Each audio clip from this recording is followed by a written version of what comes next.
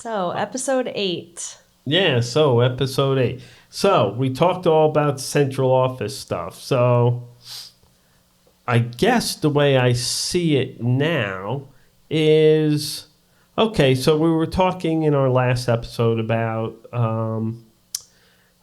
telephone cable, central office, stuff like that. And we were talking about the time frame up till about the late 90s, early 2000.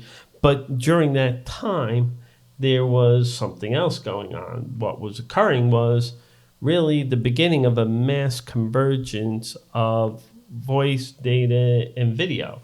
So you had cable TV industry starting to get into providing internet service. We had networks becoming computer networks being really deployed everywhere. So if you were a company with more than a few people, by 2000, you were starting to install networks into your business. So all this data convergence and like I said, voice, data, video was all going on. So now it wasn't just telephone cable like we were talking about before. Now you have to start worrying about network cable. So computer networks are also two-way communication, like a telephone? Computer networks cable? are totally two-way communication. Absolutely. In the early days, because the speeds weren't there, you were dealing the cabling infrastructure. Wayne's dogs. I'll pause here for a second. It makes it authentic. It makes it authentic, right. So cabling was a lot simpler then because you didn't have these high speeds, high bit packets being thrown out onto the system. So you had your category 3 cables, which were used really from the earlier days of networking, let's say into early 90s up until about 2000 or so, worst case. And is that the same cable you'd use on your telephone line in your house, or it's the concept of the cable is the same, but it's not the same because the ones that were still being used were typically 4-wire twisted pair, and the twisting wasn't as tight. When you get into category 3 cable, so that was much more geared for networking at the speeds that were running at that time. And the twisting helps reduce noise. Okay. That's what the whole twisting is about. From there, basically, like I said, from about 1990, 2000 or so. Then in the mid-90s, Category 5 was starting to be introduced. It was deployed probably by large campuses, guys with companies with a lot more money and a lot more invested in their network. They skipped over Cat 4. Yeah, I'm not familiar. I'm not saying Category 4 doesn't exist because honestly, I don't know. I've never seen it. I've never heard of it. I don't think it does. But it went to Category 5, and that was really used, like I said, from in the mid-90s into the early 2000s, and then from the early 2000s on, Category 5E was introduced, and that's kind of what everybody's used up until fairly recently when we now have Cat 6 being deployed. And I want to say that's probably around 2010 and beyond has been Category 6. And now we see even Category 7, Category 6A, that's becoming more and more common because speeds are getting faster and faster. You need higher and higher and higher bandwidth. We're talking gigabit bandwidth. Okay. So that means there's more twisted pairs in it? or more? What it really means is that the twisting is getting tighter and tighter. Okay. Again, to try and help noise reduction, the specs are changing where let's just say category 5, I believe, was up to 100 meters for I believe it was 100 megahertz bandwidth for 100 megabit per second data transmission, and now you're looking at category 6 for gigabit speeds here.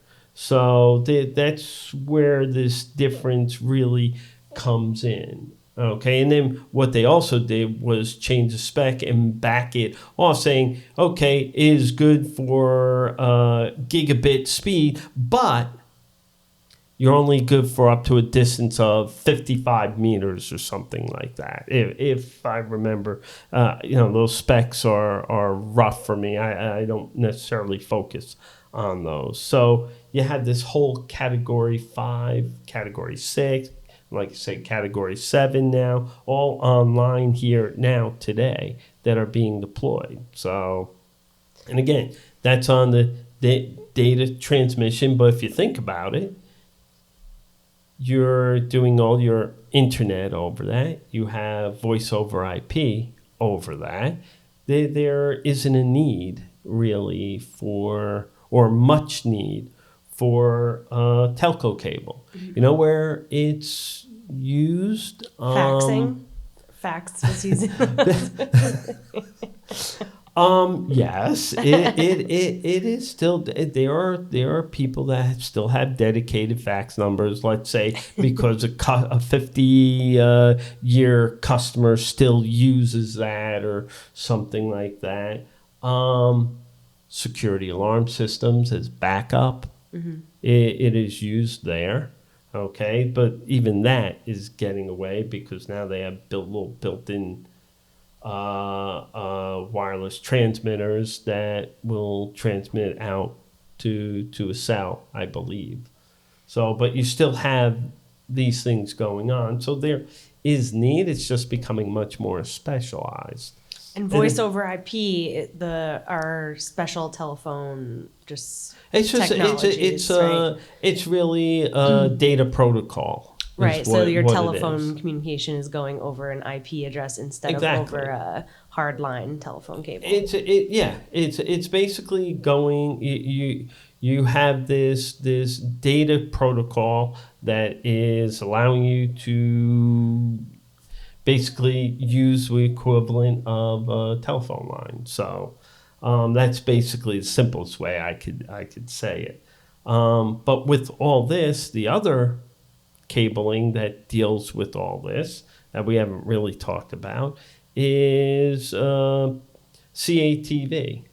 So the CATV world is the RG6s, RG11 cables, and then all your hardline cable out on your distribution and the like. I mean, that was from its early days up, which I believe was in the late 40s, early 50s, and just everybody thinks CATV stands for cable TV. It does not. It stands for Community Access Television. Oh, I didn't know that. I thought it was cable TV. Yeah, it was done in the early days so that people who couldn't pay or didn't have television had an easier way to get it. And obviously expanded over the years through all that, and then really took off in the 80s into the 90s. And in the 90s, they really started to recognize they needed to be players in this whole data world as well. So they started building the infrastructure and as a matter of fact, they started changing part of that infrastructure over to fiber from hardline cable and the like in certain areas. And then what it did was make the system more robust, but start giving it the ability to have this bandwidth to be able to do a two-way communication, because CATV was one way. Okay. So that's why coming into your house or office now, you probably still have a telephone line jack that you might not use anymore except for your modem or your router, and then a CATV, your cable box goes into, and it's still two different.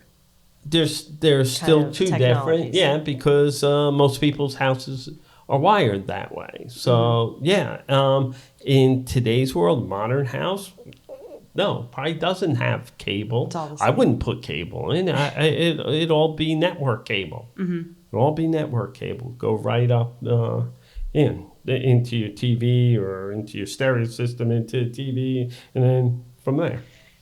And then what about Wi-Fi? A lot of people are doing wireless now. Yeah, I was just going to say. Wireless doesn't really mean wireless. It just means the wires are somewhere else. No. Well,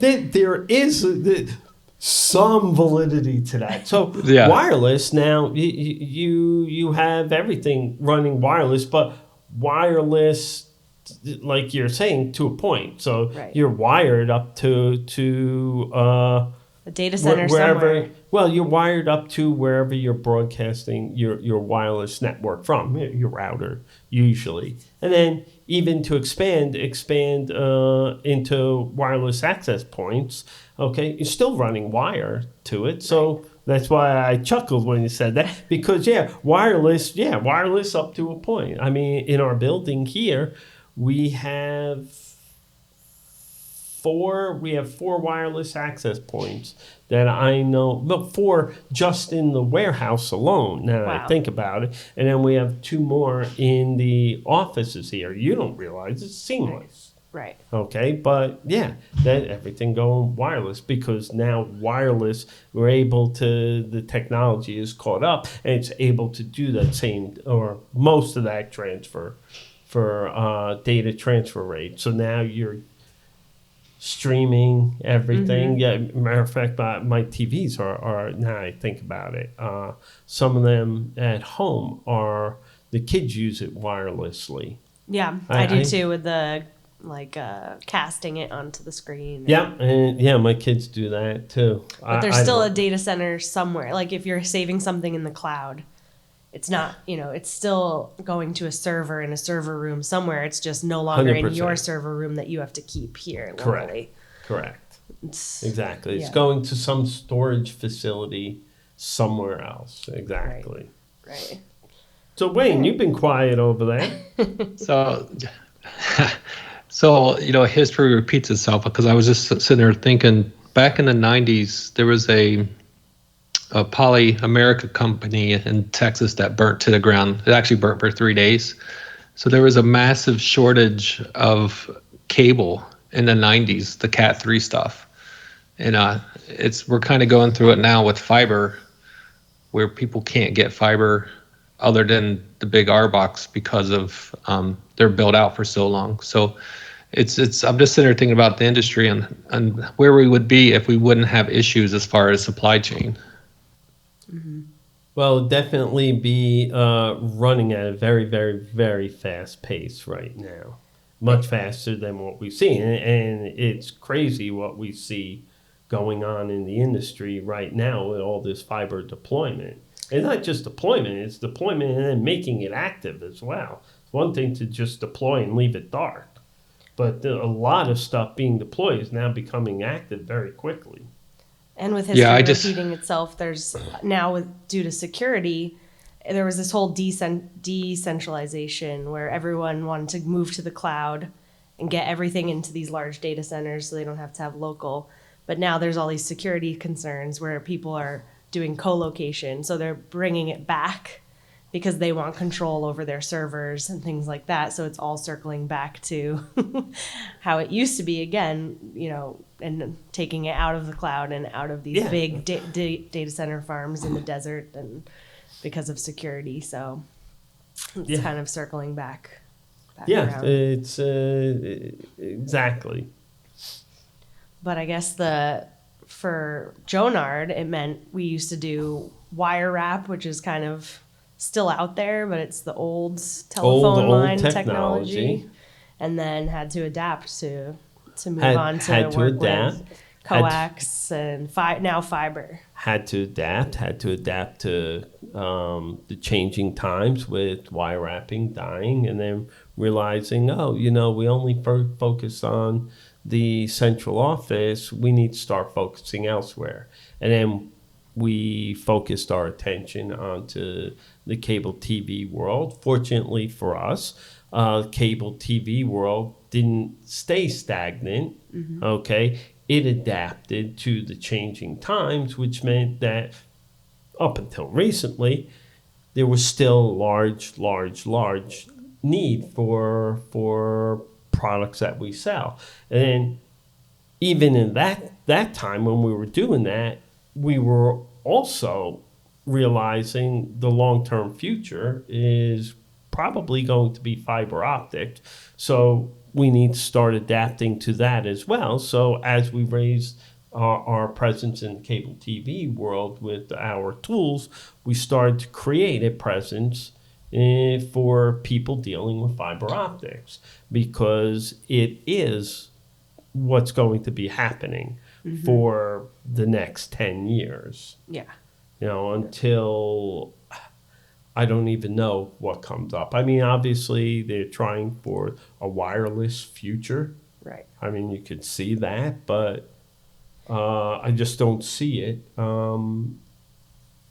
being that way in the near horizon. Right. And this is all because of bandwidth, right? So everyone just wants faster speed, more people to be able to connect more quickly, transmit more data. So everything keeps getting faster, but then they want a smaller footprint. So it has to get smaller in size, but carry more data. And so I guess that's what's driven this whole evolution, and continues to, how small can we get the footprint to take up space in the buildings? And then, but how much information can we get on the speeds? Very much so. And think about that. All was going well up until about March of last year. Right. Okay. And then the realization of all that communication need from remote location, as everybody basically, and not just the US, pretty much the world went on lockdown.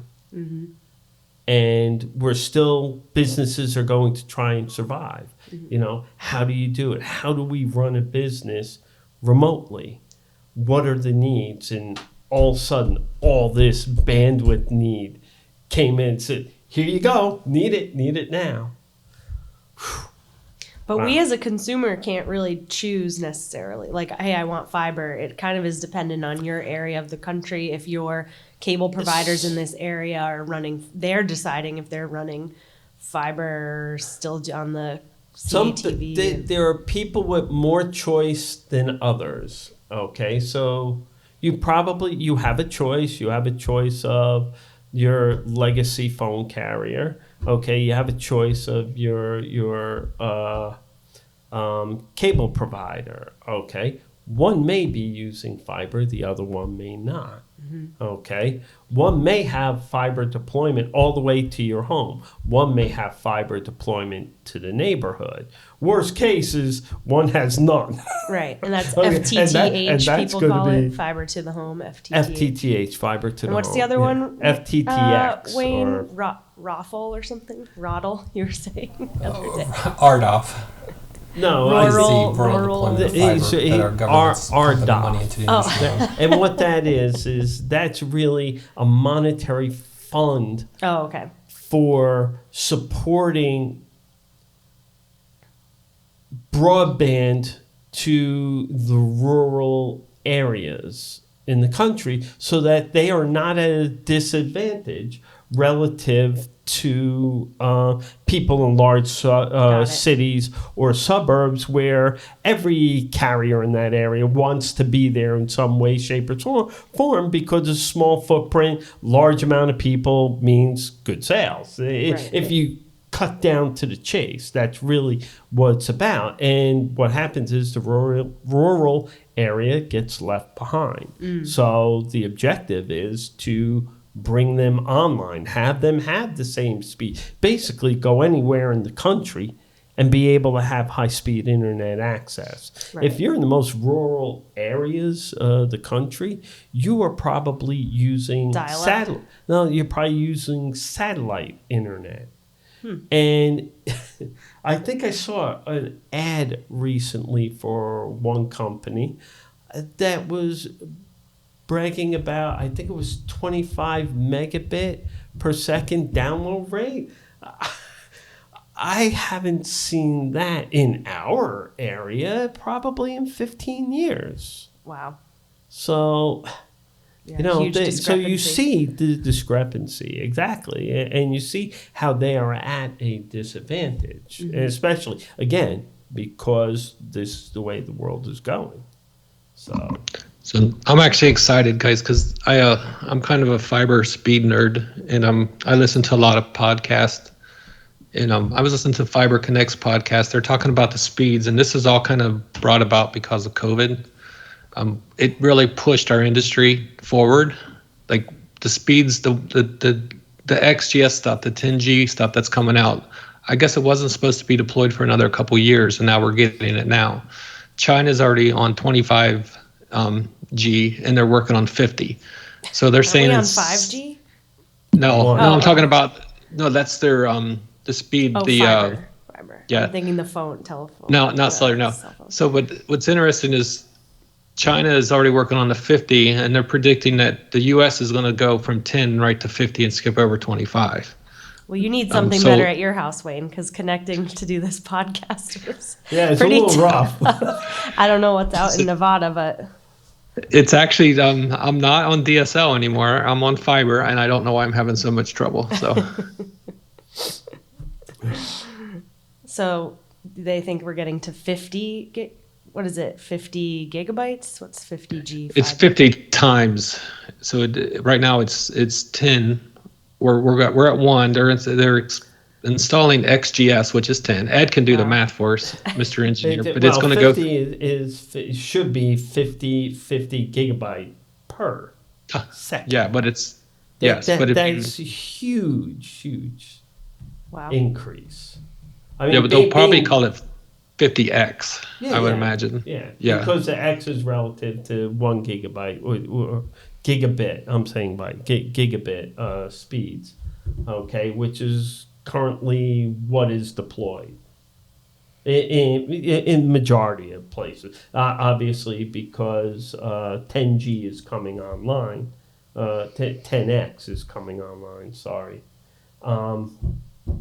it's 10 times the speed. So now you're looking at 10 gigabit speeds here, which is a tenfold increase, which will be absolutely amazing. Does that have to do with microns at all? Or no, micron is just the size of the fiber.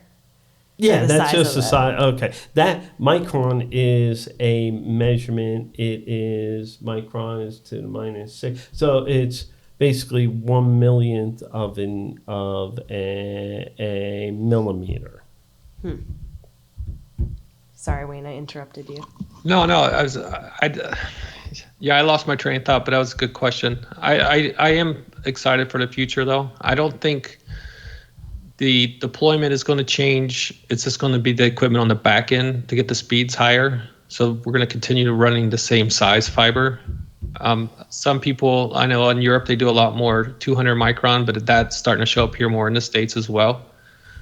But that 200 micron is just simply referring to the acrylate coating size. Right. And the reason they're doing that, and now they actually have 180 micron starting to be deployed. The reason for that is all about size, being able to get more fiber into a buffer tube, more fiber into a cable. Okay, that's what it's about. I mean, I have cables in the lab, 432 fibers, and the cable's not even a ½ inch in diameter. Wow. Okay, so think about that. Think of how much cable, how much fiber that is. Now, translate that back to what we were talking much earlier in the previous podcast. about telephone line. It would be 430 to that cable would be 864 copper twisted exact pieces of wire. It's probably a 2-inch diameter or close to a 2-inch diameter cable. That's the difference. That's what it's all about. Okay. Size, it's small, it's easy to deal with. It's light relative to copper. It's glass, it's not copper. We're not mining for copper. We're not using this copper so guys can go pull it off off the telephone pole and then go sell it for scrap. Right. Okay, so.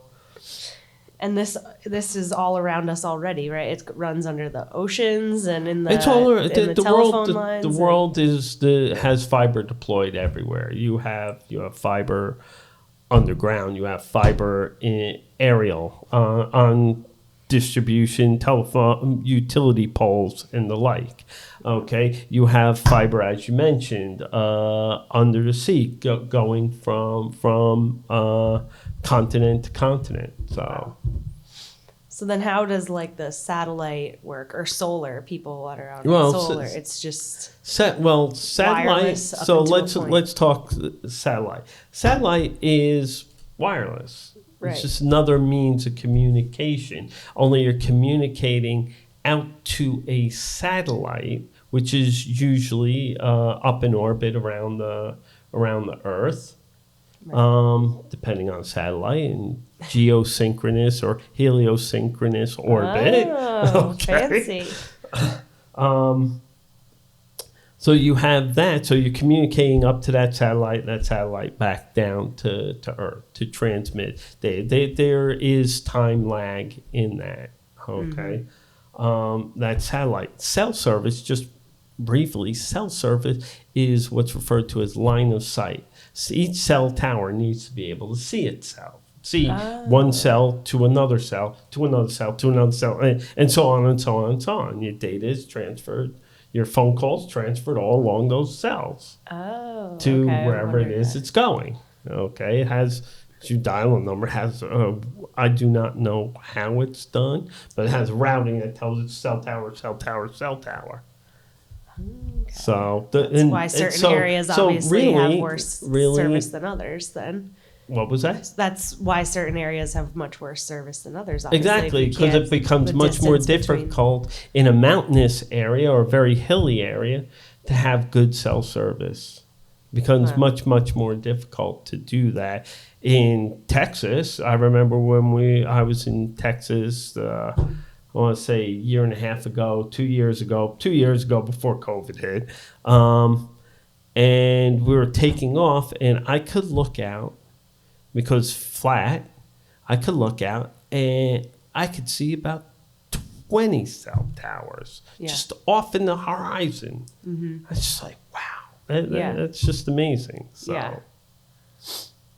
Cool. Yeah. All right. So are they independent of the grid? Wasn't that one of the goals that it would be if the terrorists took down our electrical it's an interesting question, because I don't know if the cell towers are fully independent as was dictated back in the 1930s for the Electrification and Communication Act of 1937 is what I want to say. And the objective was that the communication system be independent of the electrical grid.